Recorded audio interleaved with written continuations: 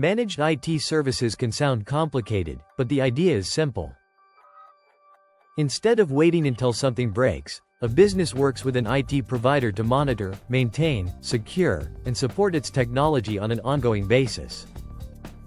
That can include help desk support, computer maintenance, Microsoft 365, cybersecurity tools, backup planning, software updates, and network monitoring.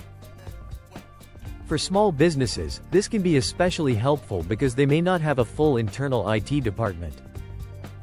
Managed IT gives them access to ongoing technical support, without hiring a large in-house team.